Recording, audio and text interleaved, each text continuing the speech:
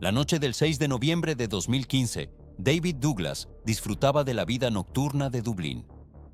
Excuidador de zoológico, con vínculos difusos y conocidos peligrosos, pasó de bar en bar por el norte de la ciudad. Al final, tomó una decisión que parecía trivial: entrar a un club de striptease en el centro. Pero en Dublín, algunas decisiones sellan destinos. Esa misma noche, miembros del cártel Kinahan, incluido su líder Daniel Kinahan, se encontraban reunidos en el Hotel Red Cow. Habían acudido por un evento de boxeo. En 2 días, Jamie Kavanagh, hijo de un gángster asesinado, subiría al ring en el Estadio Nacional. Las tensiones estaban al límite. Semanas antes, Gary Hutch había sido asesinado en España. El cártel esperaba represalias. Vivían en estado de alerta. Entonces, todo cambió. Uno de los hombres del grupo salió a fumar. Observó un vehículo sospechoso detenido en el estacionamiento. Regresó corriendo al hotel. Pánico. Unos 50 hombres se dispersaron en segundos. Coches arrancando, puertas traseras abiertas. Daniel Kinahan evacuado de inmediato. No era paranoia sin fundamento. Desde el vehículo, alguien había intentado disparar. El arma se encasquilló, pero el mensaje fue claro. Esto era una declaración de guerra.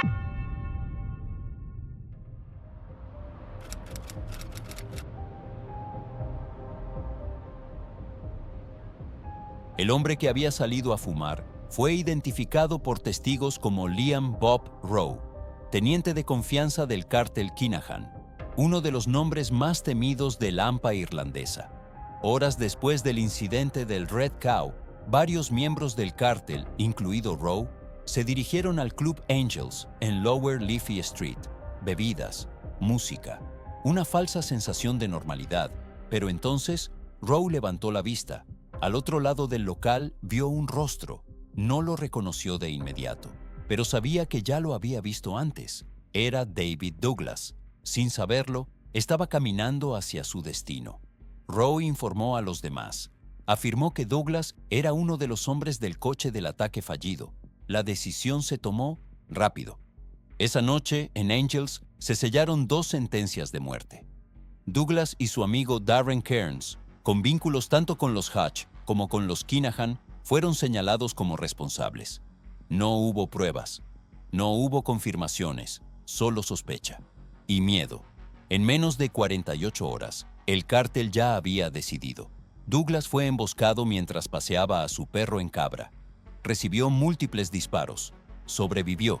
Un mes después, Kearns fue ejecutado a tiros al salir de un restaurante con su esposa. También en Cabra. Y en junio, el cártel regresó por Douglas.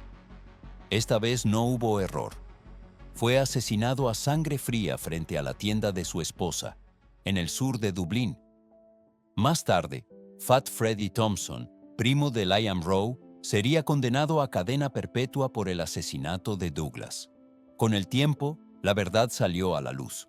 Las cámaras de seguridad demostraron que ni Douglas ni Kearns estuvieron en el Red Cow aquella noche. No tenían relación con el intento de ataque. No, formaban parte directa de la guerra Kinahan-Hutch.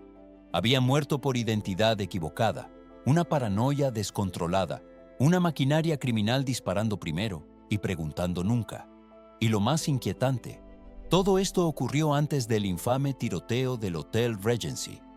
Liam Bob Rowe llevaba años inmerso en el crimen organizado. Reconocible por sus ojos azules penetrantes y su sonrisa blanca, se convirtió en una figura habitual durante la sangrienta feud de Crumlin-Drumnach. Ese conflicto estalló en marzo del año 2000, tras una redada policial en el Holiday Inn de Pearse Street, donde se descubrió una operación de drogas en pleno funcionamiento. A partir de ahí, la violencia ya no tendría freno. A comienzos de los años 2000, una habitación de hotel en Dublín se convirtió en el punto de ruptura. 3 hombres de Crumlin y Drumnach fueron sorprendidos mientras cortaban cocaína.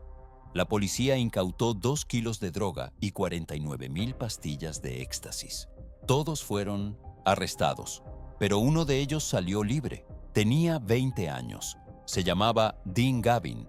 2 días después estaba fuera, sin cargos. Para el grupo, aquello no fue una coincidencia. Dean había salido de la habitación justo cuando comenzó la redada. No fue atrapado con nada en las manos. La sospecha se propagó rápido, demasiado rápido. Mientras sus 2 compañeros enfrentaban largas condenas por posesión con intención de tráfico, Gavin caminaba libre. Dentro del AMPA, eso solo significaba una cosa: informante. No hubo pruebas, solo rumores, pero bastó. La acusación no escrita de traición abrió una grieta profunda. El grupo se partió en 2. De un lado, Brian Ratigan. Del otro, Fat Freddie Thompson, primo de Liam Bob Rowe. La guerra estaba servida. El primer golpe mortal llegó al año siguiente. Declan Gavin, amigo cercano de Thompson, fue apuñalado hasta la muerte frente a un restaurante en Crumlin. Su asesinato encendió una cadena de venganzas que se prolongaría durante años. 15 hombres morirían. En el juicio por la muerte de Gavin, David Byrne, alineado con el bando de Thompson, testificó contra Brian Ratigan. Su declaración fue clave para condenarlo. Pero Byrne no era el único primo implicado. Liam Bob Rowe también estaba en el centro del conflicto. Los investigadores lo vincularon a 3 tiroteos relacionados con la guerra, incluido un asesinato. Se creía que Rowe formaba parte del grupo que ejecutó a Joe Ratigan, el hermano menor de Brian. Joe tenía 18 años. En julio de 2002, fue abatido por un comando armado en Collins Road, en Drumnach. Los detectives sospecharon que Rowe era uno de los tiradores. Nunca hubo cargos. Ese mismo año, Brian Ratigan estuvo a punto de morir. Un escuadrón de 4 hombres irrumpió en una casa del sur de Dublín y le disparó a quemarropa. Ratigan sobrevivió saltando por una ventana del piso superior. Milagrosamente. La policía creía que Rowe formaba parte del ataque. 3 hombres entraron a la vivienda.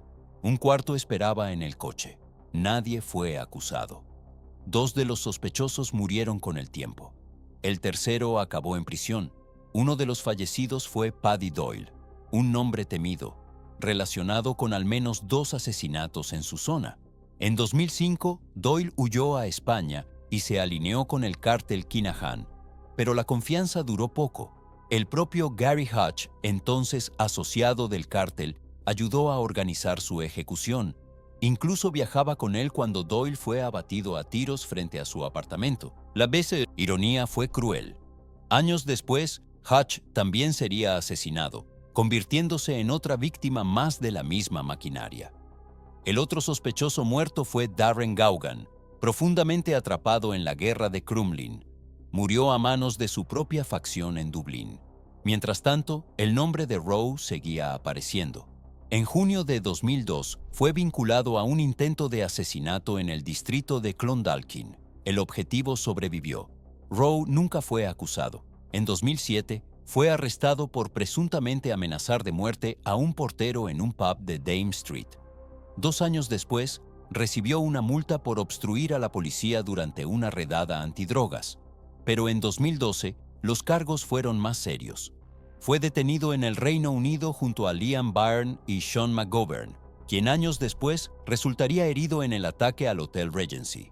Se les interrogó por amenazas de muerte, extorsión y posesión de herramientas de robo. El objetivo era un empresario, una deuda de 60.000 euros. No hubo cargos. Meses después, Rowe cumplió 4 meses de prisión cuando la policía registró su apartamento. Esperaban armas. Encontraron bolsos de diseñador robados. También intentó recuperar 2 relojes Rolex, valorados en casi 50.000 euros, incautados en otra redada por armas en una propiedad de Crumlin. No lo consiguió. Su historial no era el de un criminal común.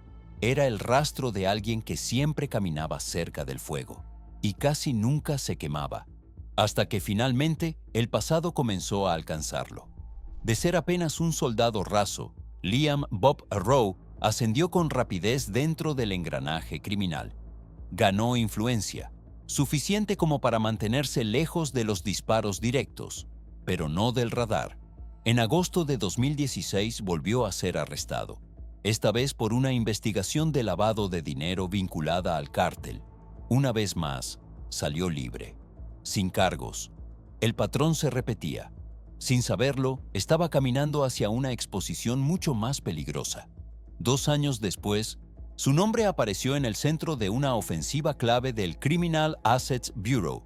Rowe fue identificado como miembro senior del grupo criminal organizado de los Byrne, una estructura profundamente conectada con redes internacionales en Reino Unido, España y los Países Bajos.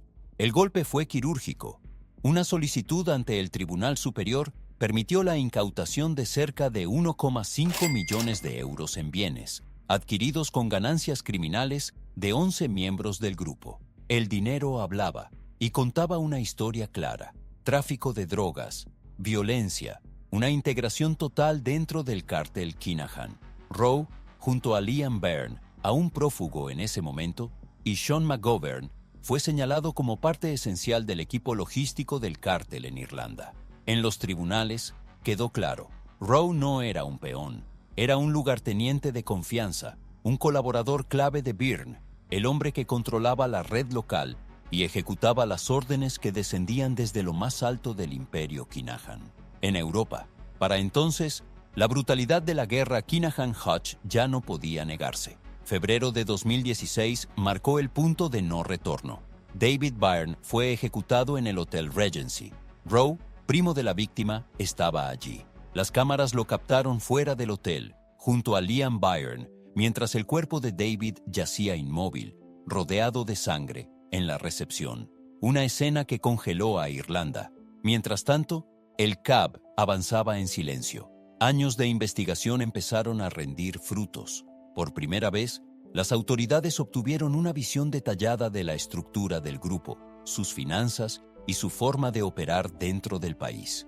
El botín incautado fue revelador: 29 coches de lujo, 3 motocicletas eléctricas, un buggy todoterreno, 4 relojes Rolex y Breitling, 2 anillos de platino y oro con diamantes, más de 26.000 euros en efectivo, y 2 viviendas en Dublín, valoradas en más de $500,000 de euros. Pero el caso fue más allá del dinero. Expuso a socios, parejas, incluso padres. Mostró estilos de vida lujosos sostenidos por empresas fachada, esquemas de lavado, conexiones internacionales y millones acumulados a partir del crimen. La cúpula del narcotráfico irlandés rara vez vive en Irlanda, y hay una razón. Mientras residan en otras jurisdicciones y no posean activos en el país, permanecen fuera del alcance directo del CAB. El cártel Kinahan es el ejemplo perfecto. Christy Kinahan y sus hijos, Daniel y Christopher, se establecieron primero en España y luego en Dubái. Desde allí dirigen todo, a distancia, pero alguien tiene que ensuciarse las manos. Alguien debe quedarse en Irlanda para supervisar el contrabando, la distribución y la logística diaria.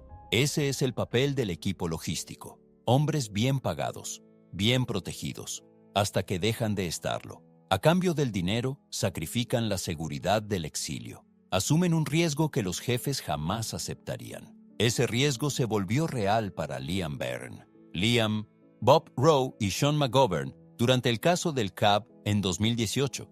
El objetivo principal era Byrne, líder del grupo criminal y pieza clave del engranaje Kinahan en Irlanda. El Tribunal Superior determinó que su organización había creado empresas aparentemente legítimas, utilizadas en realidad para blanquear dinero del narcotráfico. Concesionarios de coches, negocios en Irlanda y en el Reino Unido, una fachada impecable, pero detrás de ella, el mismo sistema de siempre: dinero sucio, violencia y hombres como Rowe atrapados en medio de una maquinaria que tarde o temprano siempre cobra su precio. En junio de 2013, Liam Byrne puso en marcha LS Active Car Sales en el Bluebell Business Park, en Dublín. Sobre el papel era un concesionario, en la práctica era otra cosa. Su socio de confianza, Sean McGovern, figuraba como director, pero los coches no estaban allí para venderse. La mayoría nunca lo estuvo. Eran vehículos reservados, para miembros del grupo, para socios, para familiares, un lujo cerrado al público. En los 29 días previos a la redada del Criminal Assets Bureau, en marzo de 2016, no se vendió ni un solo coche. Mientras tanto, Byrne, Rowe y McGovern estaban inmersos hasta el cuello en el negocio real, el del cártel, Pagaban a terceros para transportar y distribuir droga por Irlanda. Reducían su exposición directa, externalizaban el riesgo, pero ese mismo riesgo también les fue delegado desde arriba. Los líderes del cártel Kinahan no se quedaban en la isla. Ellos operaban desde lejos, y alguien tenía que quedarse para recibir los cargamentos, repartirlos y mantener la maquinaria en marcha. Ese alguien eran ellos. A pesar de sus conexiones internacionales, el grupo criminal organizado de Byrne estaba anclado a la tierra, a la familia, a las calles del sur de Dublín. Vivían cerca unos de otros, concentrados alrededor de Kildare Road en Crumlin. El CAB describió la zona como el bastión operativo del grupo, el corazón de todo. Rowe, aunque mantenía un perfil bajo en los últimos años, era considerado uno de los hombres más poderosos del cártel en Irlanda. Siempre al lado de Byrne, siempre dentro. Jugó un papel clave antes de que Byrne huyera del país y acabara encarcelado en el Reino Unido, donde más tarde sería condenado a 5 años por delitos relacionados con armas. La investigación dejó al descubierto una vida de excesos. Entre julio de 2015 y junio de 2016, Rowe realizó múltiples viajes de lujo: Reino Unido, Estados Unidos, España. Asistió al combate de Conor McGregor contra Chad Mendes en el MGM Grand Garden Arena de Las Vegas. Después voló a Dubái, poco después del tiroteo del Hotel Regency. Pero había un detalle incómodo. Ninguno de esos vuelos, ninguno de esos billetes, fue pagado desde una cuenta a su nombre. Tampoco pudo explicar un ingreso bancario de 294,000 euros, ni cómo llegó a poseer 11 vehículos, la mayoría de alta gama. Durante la investigación, el CAB incautó un Audi A5 y una motocicleta Kawasaki valorada en 38,000 euros. Solo una fracción de lo que había. Rowe era el último miembro conocido del grupo Byrne que seguía viviendo en Dublín. A diferencia de muchos otros, nunca huyó cuando estalló la guerra con el clan Hatch y comenzó la presión policial. Pero quedarse tenía un precio. Desde dentro del propio cártel, la presión aumentaba. Grandes sumas de dinero eran reclamadas por la jerarquía, instalada en Oriente Medio para eludir sanciones internacionales, incluidas las impuestas por Estados Unidos en 2023. Y entonces, todo volvió a tensarse. Ese mismo año, Rowe volvió a captar la atención de la Garda por su presunta implicación en una campaña violenta de intimidación contra familias inocentes en Dublín. Tras una agresión en una fiesta privada, una mujer de 20 años, sin antecedentes penales, resultó gravemente herida cuando un cartucho de óxido nitroso, conocido como gas de la risa, fue lanzado contra ella. Sufrió lesiones faciales severas, fue hospitalizada. Las autoridades creyeron que Rowe estaba entre los responsables de la represalia posterior, una campaña dirigida contra las familias de 2 jóvenes a quienes el grupo culpaba del ataque, pero lo que nadie imaginaba es que esta vez la espiral de presión, deudas y violencia ya no tenía salida. La campaña de intimidación fue brutal: exigencias de hasta 60,000 euros, amenazas de muerte, promesas de incendiar casas y vehículos, un cerco de miedo que se cerraba lentamente sobre familias que no tenían salida. Pero lo que nadie imaginaba era que el tiempo se estaba agotando para él. En mayo de 2024, Rowe recibió una noticia devastadora: cáncer. 3 meses después, ingresó en el Hospital St. James. Un trastorno sanguíneo, sepsis.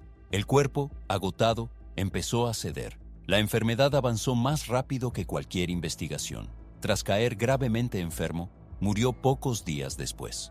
A su lado estaban algunos miembros de su familia. Silencio. Final. Tras su muerte, comenzaron a circular homenajes en redes sociales, mensajes de despedida, recuerdos selectivos, el retrato de un hombre querido, compartido por familiares y amigos.